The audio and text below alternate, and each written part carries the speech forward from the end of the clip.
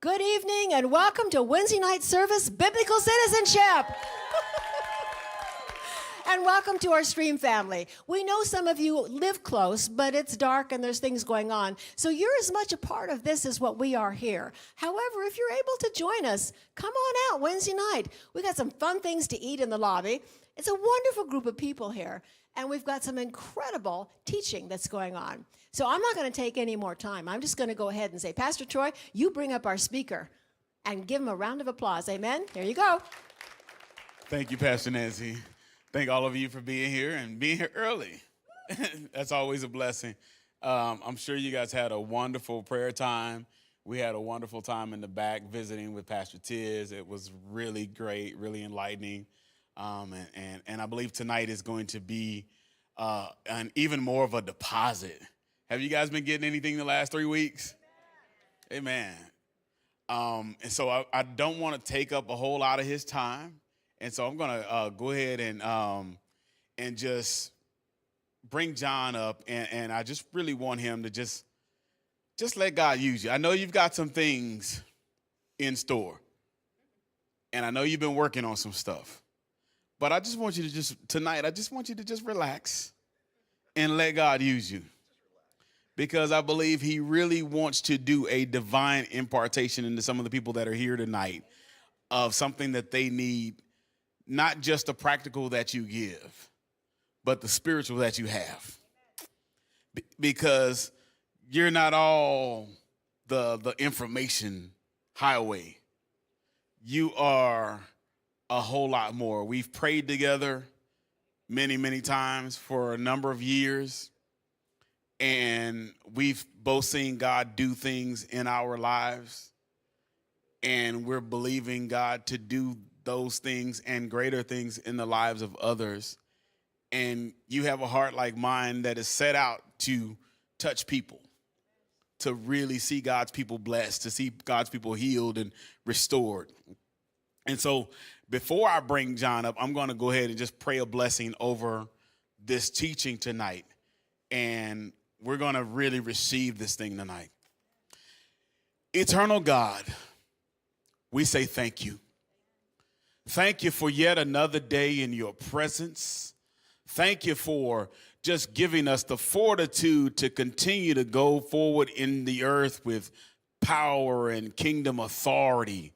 God, we pray tonight that you would open the eyes of our understanding and give us vision beyond our years. Give us wisdom beyond our years to take the things that we learned last week and the week before and the week before that and even tonight and put those things into practical application in our lives.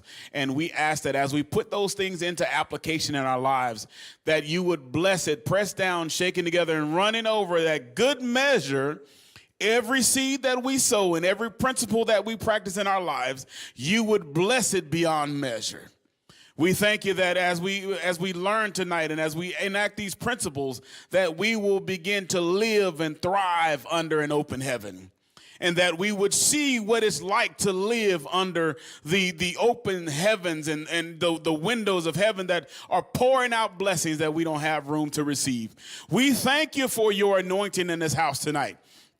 We thank you that any thoughts that may come into our minds tonight that are not thoughts of prosperity or growth, we bind those thoughts right now in the name of Jesus, and we bring every thought captive, and we turn every mindset over to you. And we say, have your way in our minds. Open our minds up so that we can receive the infallible, immutable, unchanging word of God tonight in this house. Pour out your spirit upon us, that we might enact what exactly it is that you would like for us to enact in changing the atmosphere around us, in changing the community around us, in changing the world around us that we exist in.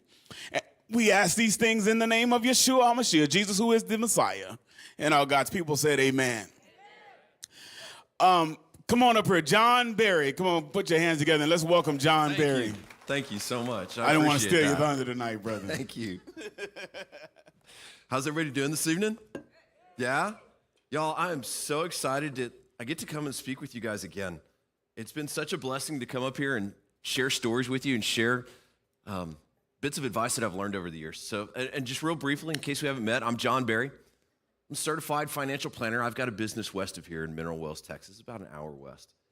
But the chance to sit and visit with you guys has been such a blessing. So many people have asked such great questions that it's so neat. I can see how everybody's been applying what we've been learning.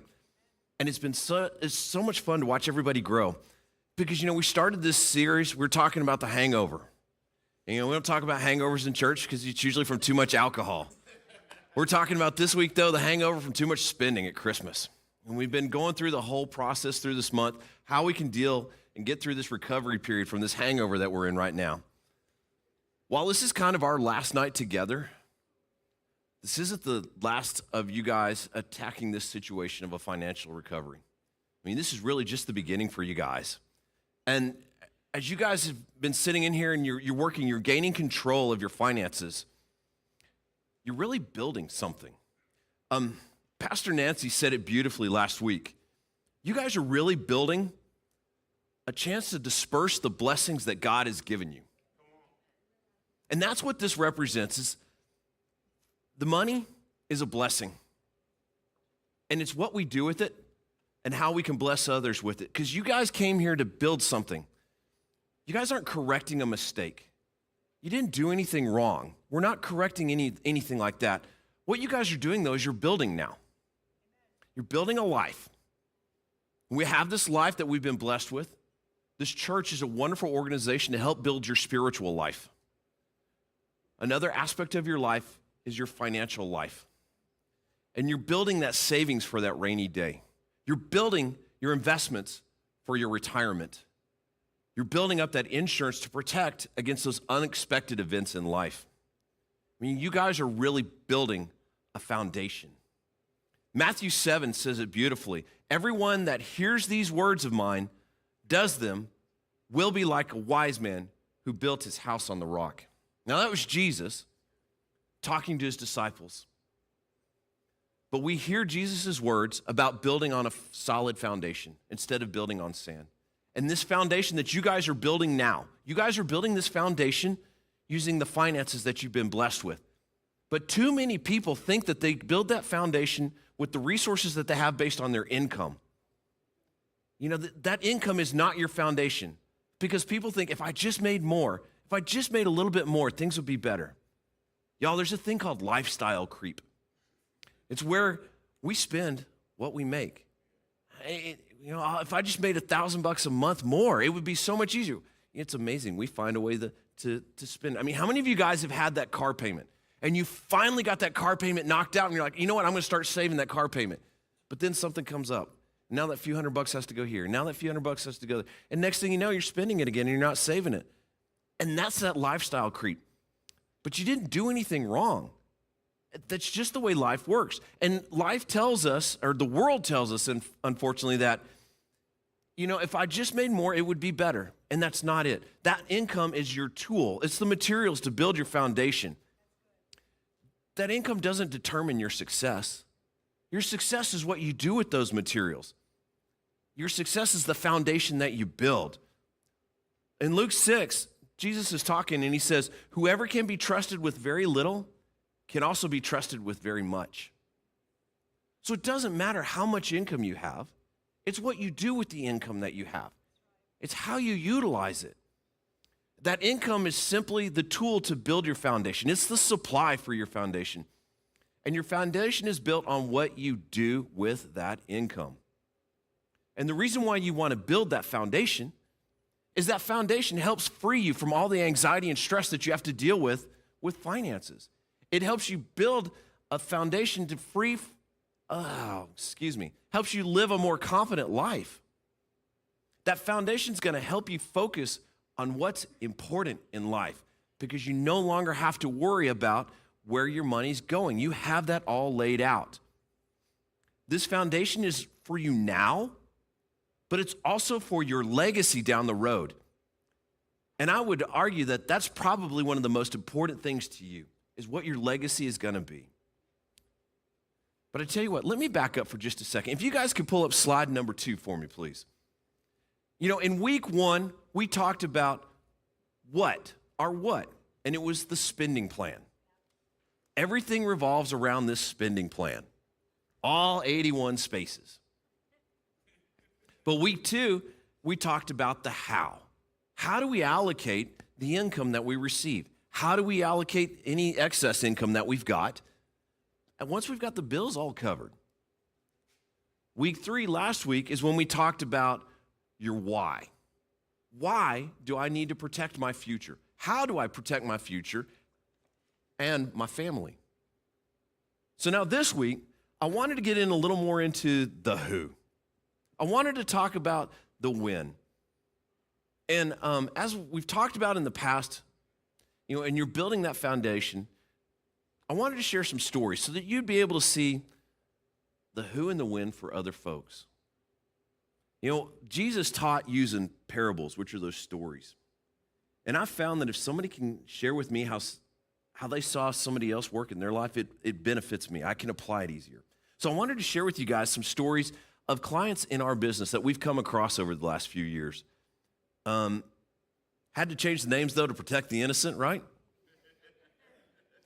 But these stories are folks that I've worked with over the last 20 some odd years. And they're doing this right now. Slide number 3, please.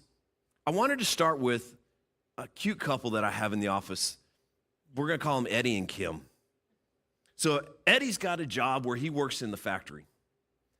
And he came to see us a couple years before retirement. He talked about how he wanted to retire.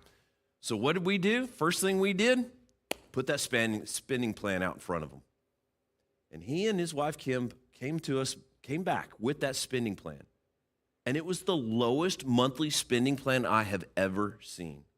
I've never seen anybody who could live on this. I mean, you've heard that life, living like, or the statement, he lives like a church mouse. These folks really did.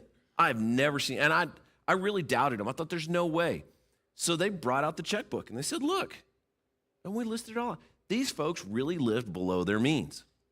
It was a head scratcher, but it was beneficial because not long after they met, Eddie couldn't do the job that he was required to do at the factory anymore. We got a factory, a manufacturing place in Mineral Wells that makes these conduit pipes. Well, he was 64 years old now. And the physical demands on his body, and after doing it for all these years, you guys know walking on that concrete floor, crazy hours, the temperatures extremes that he had to deal with. At 64, it had just gotten to him. He couldn't do it anymore. So he and his wife, Kim, came back to the office. They sat down and they said, I think Eddie wants to quit working. Now, his wife, Kim, was a few years younger than him, and she worked at a bank. So for her, she could still keep working for quite a while. But since that spending plan, we knew what it was going to cost them to live.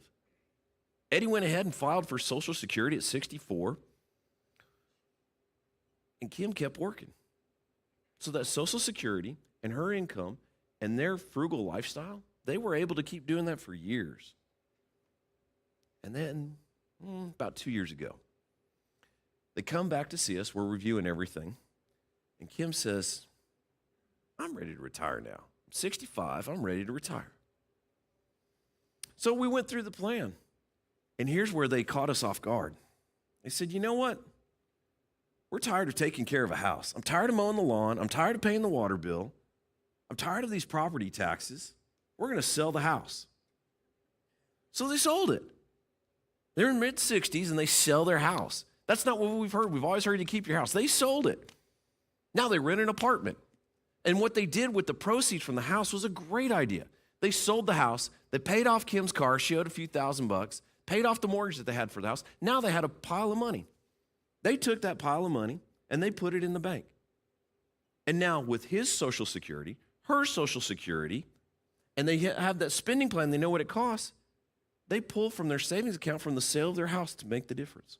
Now, they've done a pretty good job saving for retirement. They had a great nest egg, especially for normal folks like us. But they haven't had to touch it. Y'all, they've been retired now for about 4 or 5 years. They haven't had to touch that retirement savings at all.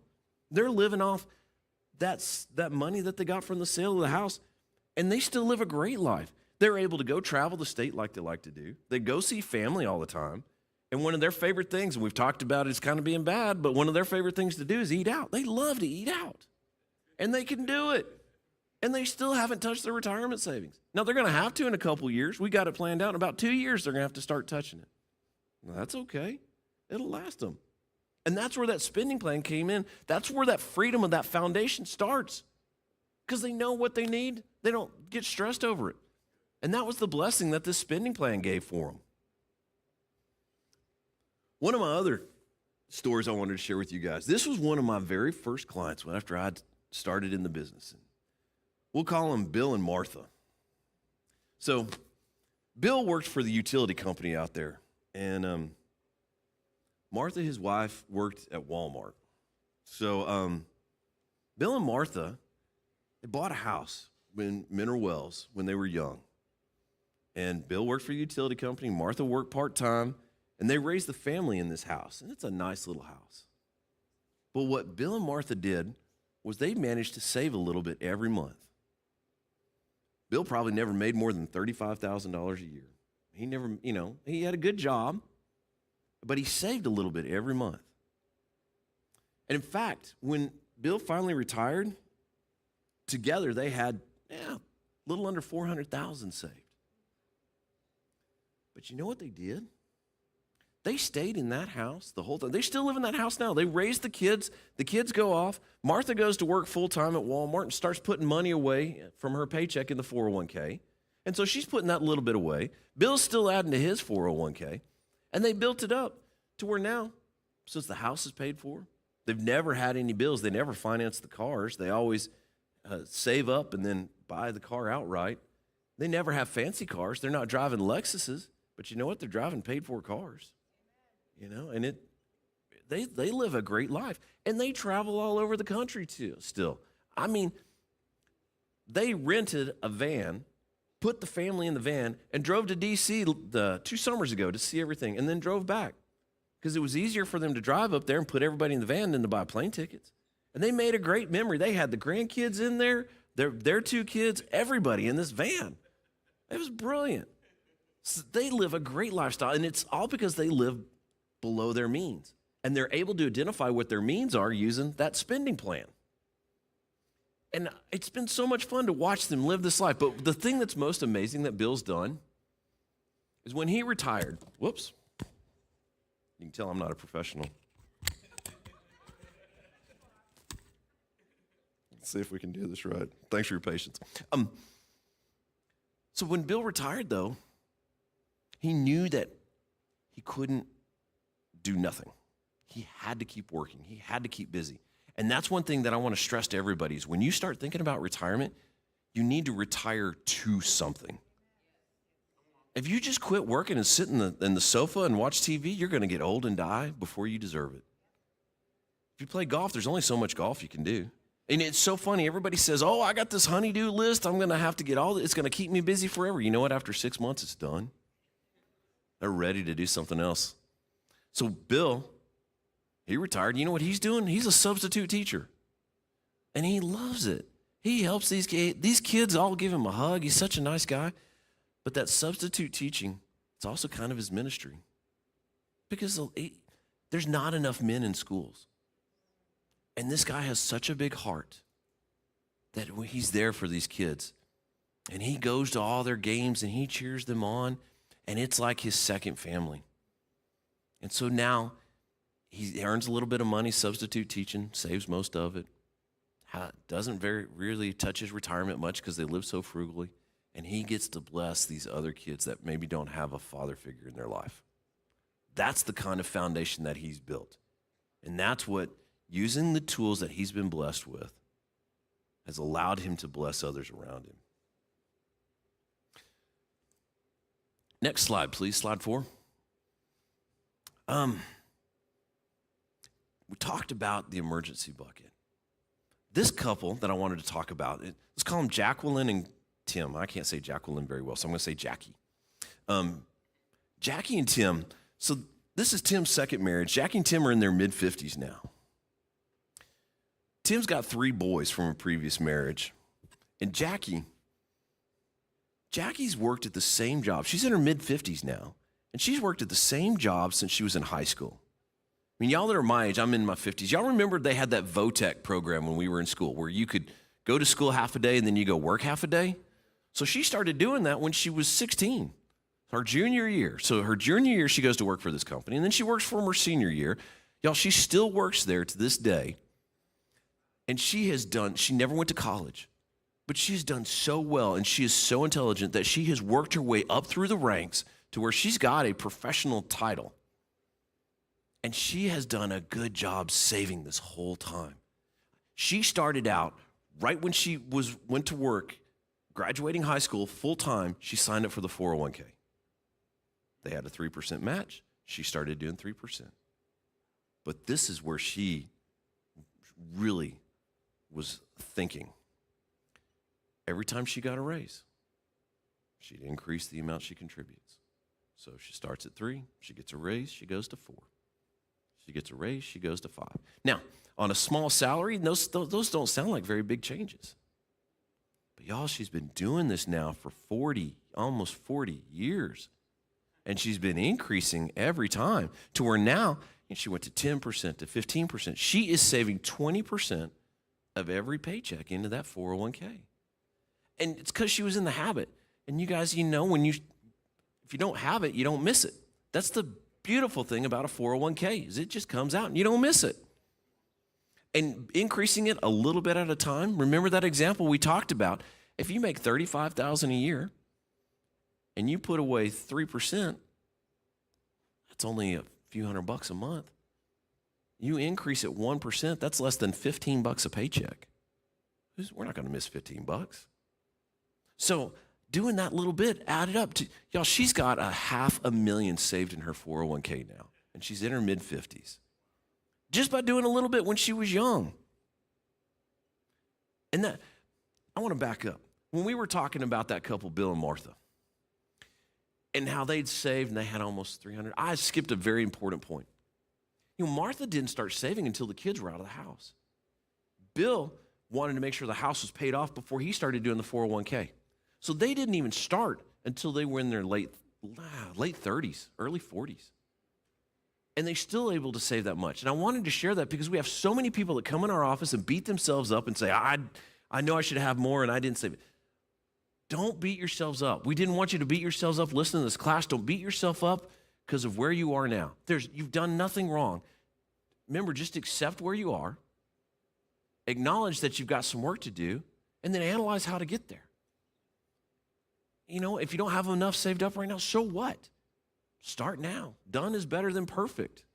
Just a few bucks is all it takes. It will add up over time because you're going to put it to work. But don't beat yourself up.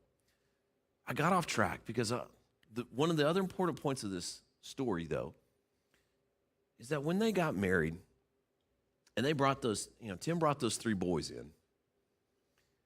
Well, Tim worked for the oil and gas business, and y'all know what the oil and gas industry is like. It's good, it's bad, it's good, it's bad, it's good, it's bad. Well, he got laid off. But they had done such a good job that they had their emergency bucket set up. They also had that freedom bucket. Remember we talked about that freedom bucket. That freedom bucket is what you use that gives you the freedom from a miserable job. That freedom bucket is what you've got a couple months of living expenses in so that when something happens like a layoff, you've got that to live on.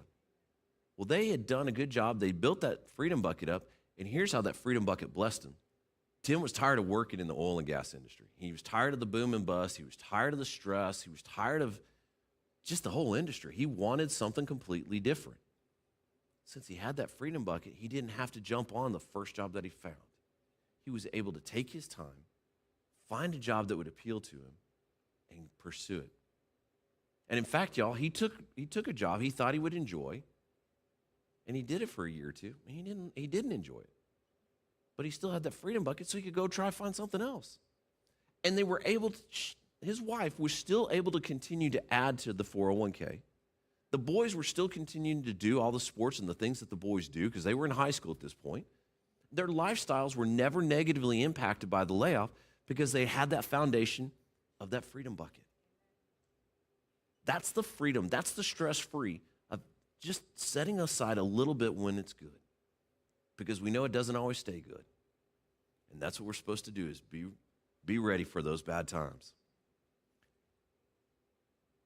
Could you put on slide 5, please? So When I was getting started in this business, I didn't know anybody. In fact, I moved here to start my business. I didn't know a soul. So one of the things the company that I was working for told me to just go out and start knocking on doors and meeting people. So I did that. I went to a neighborhood here in North Fort Worth. I just started knocking on doors and introducing myself. And I was this kid who wet behind the ears, and I'm handing my business card saying, trust me with your life savings. And I was a kid with 2 babies. And one of the doors that I knocked on was a lady who had just buried her husband a couple weeks ago. This lady was early 40s. And we just got to talking. And a few months later, she calls me up and tells me the whole story. So I wanted to share this with you because it's so important. We'll call her Jenny. So when Jenny was married to a guy named David, y'all, they've been married almost 20 years. And then one day at 42, David worked for the city over here, running equipment. David had a brain aneurysm and died at 42. So there's Jenny. She's working full-time too. And they got 2 kids that are in middle school right now, a boy and a girl. The boy was 13 and the girl was 10.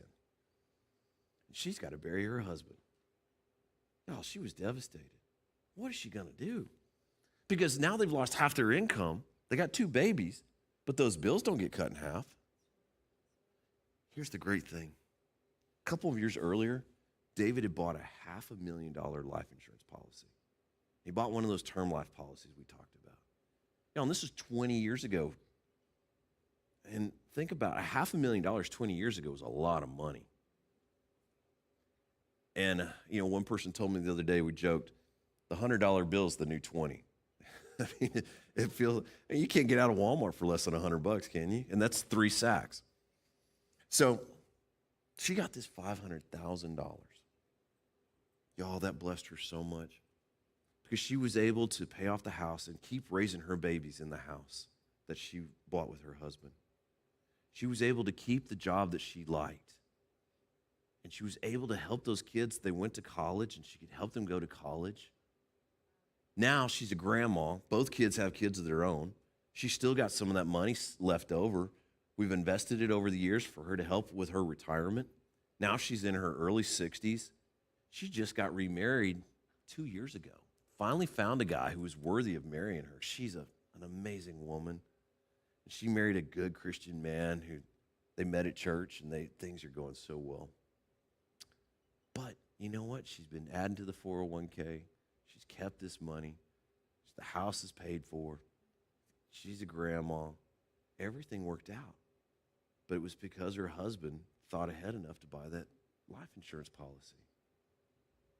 And that's where we see it benefit directly. It's amazing when you see how planning ahead like that, the difference that it can make.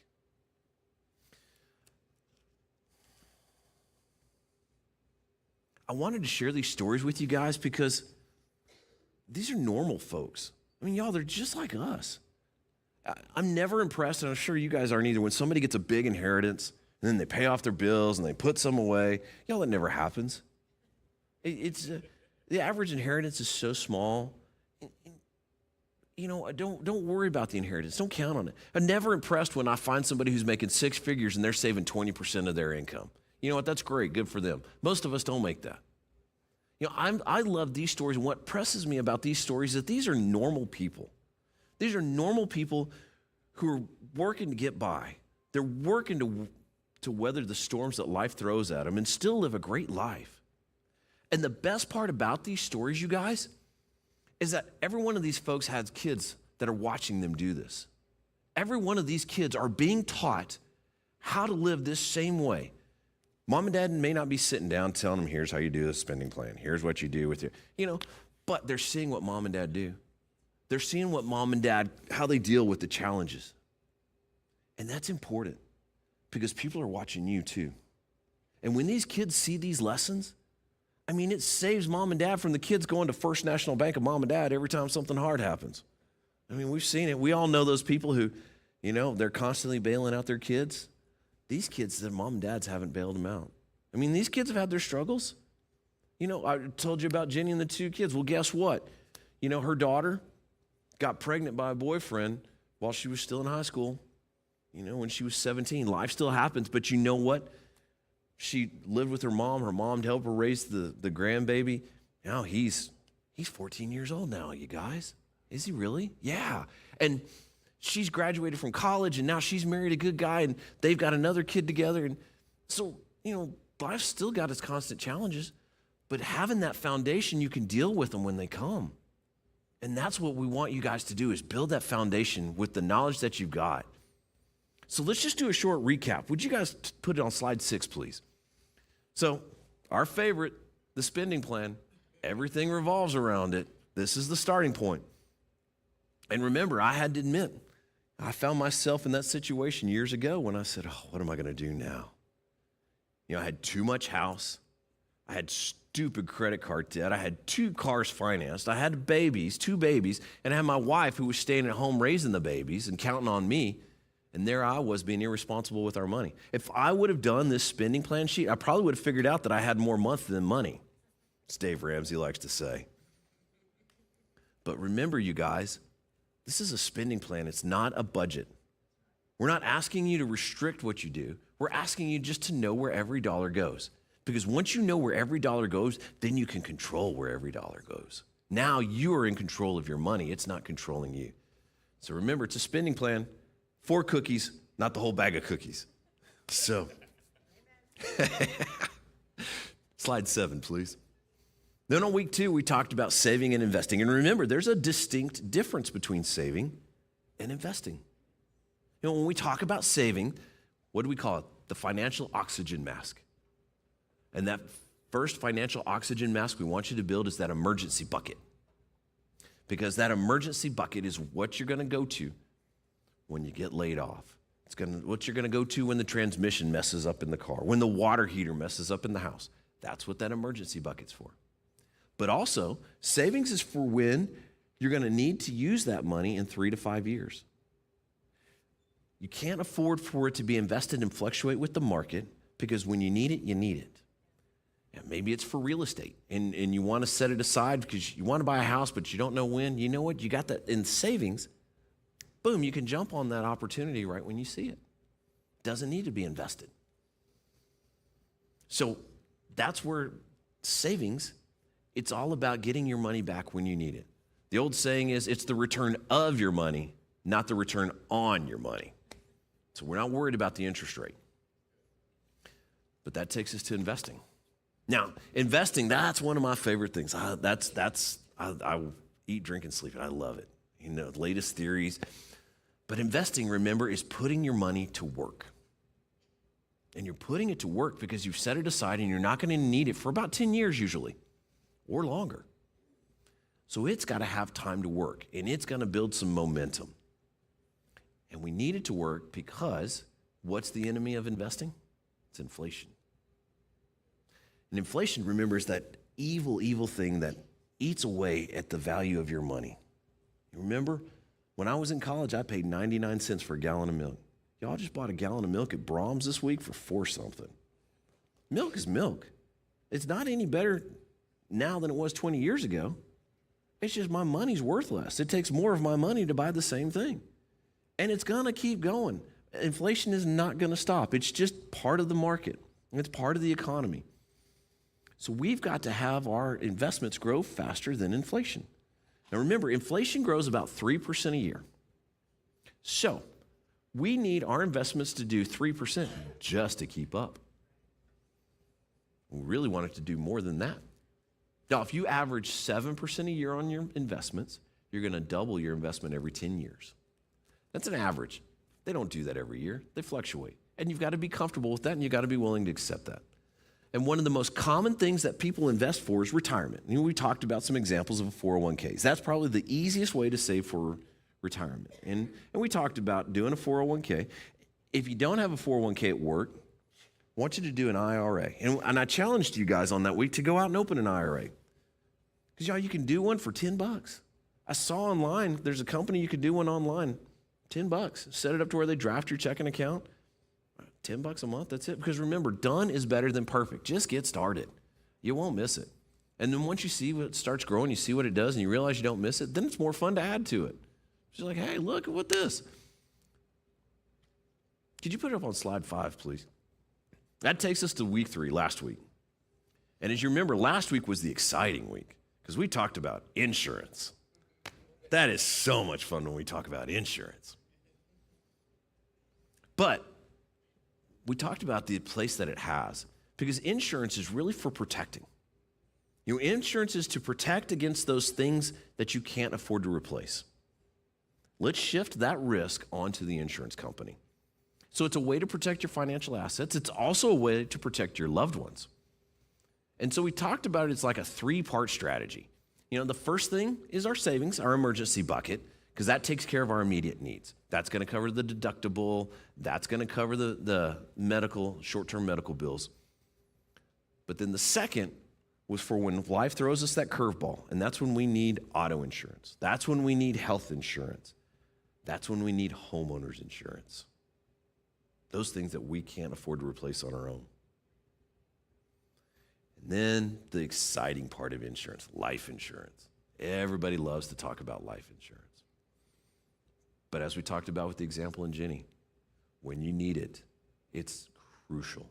It can make the difference in somebody's existence. And we talked about there's 2 different kinds of life insurance. We talked about whole life and term life. And we don't want to get into the nuances of them, but just remember, whole life, remember the example we gave, is really expensive for what it is. Term life insurance is substantially less expensive. Term is typically within financial reach of most people. And I would encourage you to, if you don't have life insurance, to consider getting some term life to protect your family. But remember, the whole purpose of life insurance is to replace lost income. Think of it, that's all we're doing. You can do all kinds of fancy stuff with it, and there's all kinds of other life insurance. But we just want insurance that's going to replace our lost income. That's all we want it to accomplish. Then the last thing we talked about, the third thing we talked about, was those financial planning documents. Remember we talked about those important documents. We talked about the will. You need to have a will. And you want a will because you want to determine where everything that you've got after you die, where it goes. You don't want the courts to do it. When was the last thing the government did something correctly that we liked? I mean, have you guys gone to the DMV to get your driver's license yet? Powers of attorney. This gives somebody the authority to do something on your behalf because you're incapacitated. Talked about medical directives. This is things like, again, what kind of care do you want when you're incapacitated? And then the last thing we talked about was that HIPAA release form, Health Information Protection Act. And that HIPAA release form is really important, especially if you've got adult children that still live with you or still count on you, like they're in college or, you know what, they're living in an apartment, but they still call you for advice and things. If something happens to them, and heaven forbid they're in a car wreck, the doctors won't be able to ask you what kind of treatment you would like unless you have that HIPAA release form. So I really encourage you guys to get the HIPAA release form for your spouse, but also for your adult children. And those are all, you can usually get all those in one package from almost any attorney. You can call them up and ask them and they'll have it. And they've got it all set up. They do them so frequently, they'll get you taken care of very quickly. But before I close out this evening, I wanted to address one common question that we get, and we get it a lot, especially after the classes. Folks come up to us and they ask us, okay, I've been saving for my retirement, and I'm getting close. What do I do with what I saved? And it's so tough because you don't want to use that money because that money that you've saved in that retirement, I mean, that represents what you've had to go without to build it up. And now I've got to start using it. I've been saving. Now I got to start drawing from it. And so I wanted to share with you, most folks typically will take money out every month. They'll just take a withdrawal every month. So then that always leads me to the next question that comes after that is, how much do I take? That's where the spending plan comes in. It all reverts back to the spending plan because we know how much we're going to need every month. But when you retire, what else are you going to have? Social Security. So your Social Security, Social Security was never intended to replace 100% of your income. When it was created Think about it. During the Great Depression, they're trying to put people to work. Average life expectancy was 65 years old at that time. Now we're looking at 85. They needed to get people out of the workforce. So they said, tell you what, if you're at 62 years old and you don't want to work anymore, we'll start sending you a government check. But we're not going to replace all your income. It was only intended to replace 40% of your income. It was never intended to be a fully life-sustaining check. So that means when you look at your spending plan, expect your Social Security check to only cover about 40% of your expenses every month. Your retirement savings should fill in the rest. That's how you'll know how much to take every month. So then everybody asks me the next question. How do I make sure I don't run out of money? And there's a bunch of different strategies. But there's a common rule of thumb. Just as you're looking at your 401k and you start thinking about it, a safe withdrawal rate is typically 4%. So 4% of that value. So take the total value of that account, multiply it by 0.04, and then that number that you get, divide it by 12, and that's what you could safely withdraw every month. But there's one assumption on that, and that assumption is that you've left that money invested somewhere, either at the 401k or somewhere. That money has to stay invested. And most people think once they've retired, they've reached the finish line, they're going to take it out and stick it in the bank. You don't want to do that. You need to leave it invested. Because, what did we just talk about? The average life expectancy has gone from 65 to 85. You're going to be retired almost as long as you were working.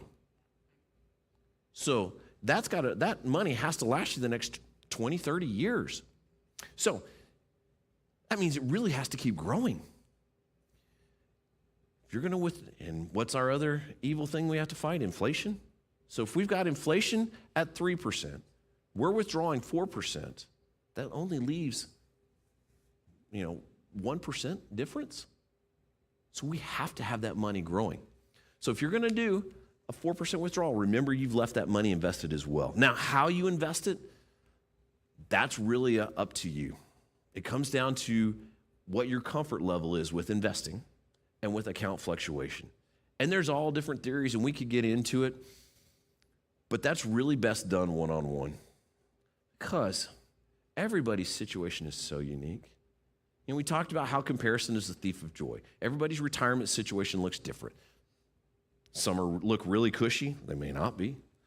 Some may look really frugal, and they might actually be super cushy. But everybody's situation is different. And that's where a one-on-one discussion with somebody is best.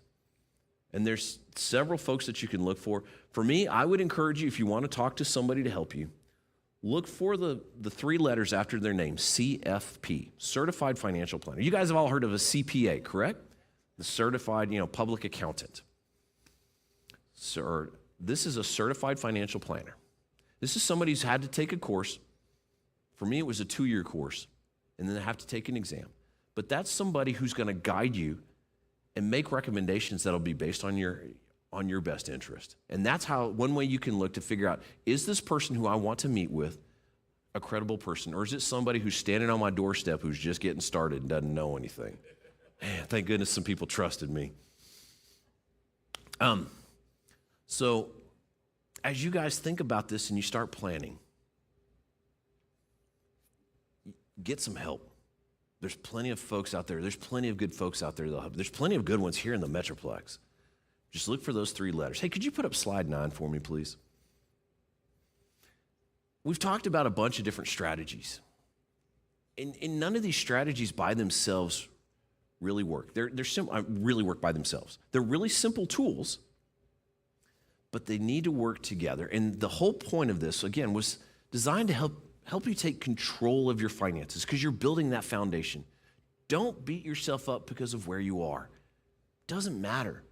This is where you're starting. You're here now. I mean, just like when Jesus talks about you got to meet them where they are, this is where you are. And then once you've started building this foundation, once you've got a handle on this, you have an obligation to teach those around you. You have an obligation to teach your kids, teach somebody that you can mentor here in church. You've got that responsibility. Because one of my favorite verses, And I beat this verse into every kid's head that I teach at church camp. It's John 15:17. And I love the amplified version of John 15:17. And I want to pull it up on my phone.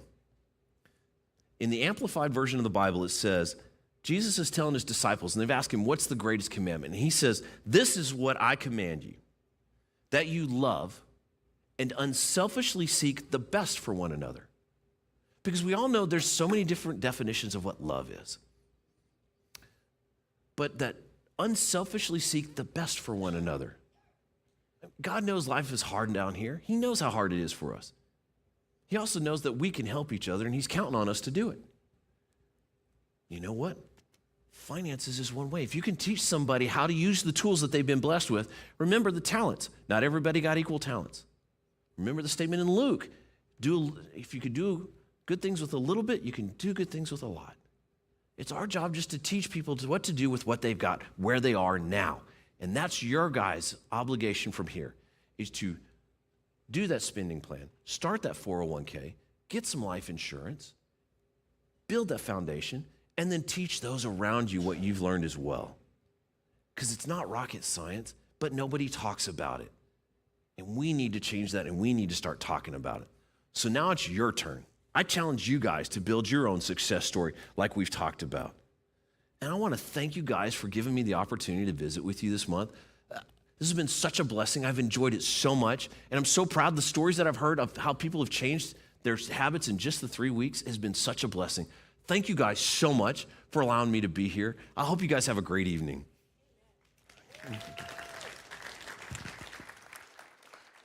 Are there any questions in the house tonight? Pastor Nancy, first one up. Okay, if I don't have a local attorney, can I use LegalZoom? Yes, ma'am. So, because these attorneys, when they do these packets, y'all, I'm going to let you in on a dirty little secret. Most of them have subscribed to a program where they just fill in the blanks. So, LegalZoom is absolutely a way you can do it. And I've never used it, but I have talked to other people that have used LegalZoom before, and they've been very pleased. So it comes down to, do you want to do it yourself, or do you want to ask somebody to do it? And just like investing. You can go online and do it yourself. There's lots of do-it-yourselfs, or you can find somebody like myself who can help you. It's what you want. But LegalZoom it's a reputable corporation. It's been around a while, and yes, ma'am, the documents will stand up in court. So when I make my will, who do I give copies to? Ooh, that's a really good question. So, and that's always, talking about wills is always uncomfortable. It's kind of icky, isn't it? I mean, you're just like, ugh. Do you? Oh. Do you feel like, you give me... Most people are really uncomfortable talking about death and about what's going to happen. But when you have a will, when you make a will, definitely get a few copies and give them to people, one who you want to be your executor of your will. But perhaps give one to another family member or a trusted friend that will be involved, because we need them to keep up with that. And if you don't give it to them, make sure that your kids or whomever know where you keep it in the house. I know for my mom, my mom's in a facility here in Mineral Wells, and I've got a copy of her will and all her documents in one of these binders like this in my safe with all my other great tools. And so we keep it there. We know exactly where it is. And we just reviewed it last week because she was watching streaming, and she called me up and said, I need to visit with, because we did her will. She was living in Florida, and she just moved here back to Texas. So now we're getting with the attorney. We're going to update the will for Texas. So, yeah, but that's a really good question, is what to do with it once you've got it. Thank you so much. I have a question about the 401k. Yeah. It just seems like in the last 3 years, I'm putting in money, and it just keeps tanking. So, I mean, what do we do? I mean, we're supposed to be investing, but I feel like I'm just pouring into an empty well. Absolutely. I understand exactly how you feel. And that's not really uncommon. I've had this very same discussion with folks. So 2 things. Why it did what it did. 21 was a phenomenal year in the stock market. Do you guys remember 21? Y'all, the stock market was up 25%. It was amazing. 22 comes along. We go down 25% in the stock market. Here's what made 22 even worse, though. Bonds. Typically, when we invest, we got stocks and bonds. And they typically move opposite of each other. When bonds do well, when stocks do well, bonds stink. And when the stock market's struggling, bonds tend to do well. It's not one for one, but you typically want to own both. Well, guess what happened in 22? You may not have realized it, but you lived through the worst bond market in U.S. history in 22. Before 22, a bad year in the bond market was a 6% loss. Y'all do realize in April of 22, the United States Treasury was at a 19% loss. We've never seen that. And it was because the Fed was having to raise rates because the government had given away so much money, inflation was out of control, and they've got to bring it back down. Do you guys remember 8% inflation? They had to raise rates, and as they raised rates, that crushed the bond market. So then you're looking at your 401k, my stocks are down 25%, my bonds are down 16% at the end of the year. That's like, where do I want to get shot, the head or the chest? There was nowhere to go. And you're right, you're throwing money in, and my account's not going anywhere. And it is so frustrating because you're having to go without to put that money away. And you're like, you know what? I could go to the casino over here in Oklahoma and have more fun and watch it do something. But here's the thing. The market's going to come. So the market hit all-time highs this Monday. I mean, the Dow hit 38,000. Y'all, when I got started in this business in 1995, it was a big deal when the Dow hit 10,000. And now it just closed at 38,000. So that means all that money that you put in when it was down low has been able to grow even faster than if it wouldn't have dropped at all. So adding in every month, even though when it's down, it stinks and it hurts because you're seeing it, but it will come back. And the market has never, ever not failed to hit new highs. So you just have to continue. And honestly, I'd advise you, just don't look at the statements. Just, unless you're wanting to tweak it, just don't look at the statements. Just keep putting the money in and say, hold your nose, and I know it's going to be better. Because it will. Warren Buffett, who's one of the most successful investors in America, has a statement where he says, I never bet against the U.S. economy. And so we always find a way to make money. We always find a way. But yes, it's no fun when you see that. I know, and that's a real common question, and it's great to just ask somebody, okay, tell me it's going to be okay, and it is. So yeah, that's a good question. Thank you. Yes, sir. Yes, I'd like to know, I have an IRA. Yes, ma'am. Every time I go to a seminar, they say put it in a Roth IRA. Yes, ma'am. I don't understand what the difference is. That's a really good question. I'm so glad you asked because I've been wanting to explain the difference. So did you guys know there's two different types of IRAs? Okay, there's the traditional IRA, and that's the one that's been around forever, where you'd put $2,000 in and you get to deduct that from your taxes. And they've raised how much you could put in. Here's the thing. When you take that money out of that IRA, it's taxed as income because you deducted it. Here's a dirty little secret, though. Do you guys realize we have two different tax structures? We have income tax, we have capital gains tax. Income tax can go up to 36%, based on how much you make. Capital gains is capped. For most folks, capital gains is taxed at 15%, 10 to 15%, depending on where you are in your income. Unless you make $400,000, then it's taxed at 20%. And if you make $400,000, wow. So here's the thing. When you invest in that IRA, remember, we're talking about putting it to work like in your 401k. We want it to grow in value. If we sell those investments that have grown in value, we'll probably pay 10 to 15% in tax. But in an IRA, we're going to pull it out. Now we're going to pay income tax on it. We're going to pay 22, 23, 25%. So putting it away and paying a higher tax rate may not always be the best. So here's what they did. Back in 1997, they created a thing called the Roth IRA. Now, the Roth IRA, you put the money in, you don't get to deduct it from your taxes. Okay. But when you pull money out, it's tax-free. You never have to pay tax. Here's the best part. You don't use that money and you pass away and it goes to your kids just inherited all that money tax-free too.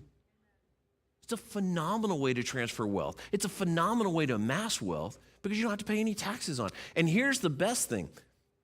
That IRA, that traditional IRA, and it's the same with a traditional 401k, when you turn now 73, the government makes you take money out. Whether you need it or not, you got to take money out. And it starts off at about 3.4, 3.5%. And that percentage will increase every year. But if you don't need that money, you got to take it out and you got to pay taxes on it, and the government wants you to do it because they want their share.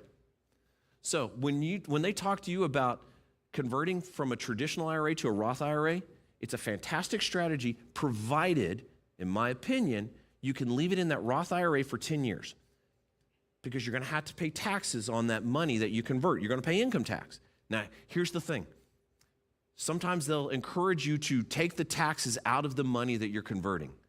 Don't, because that's setting you back. I mean, that's going to set you back 20%.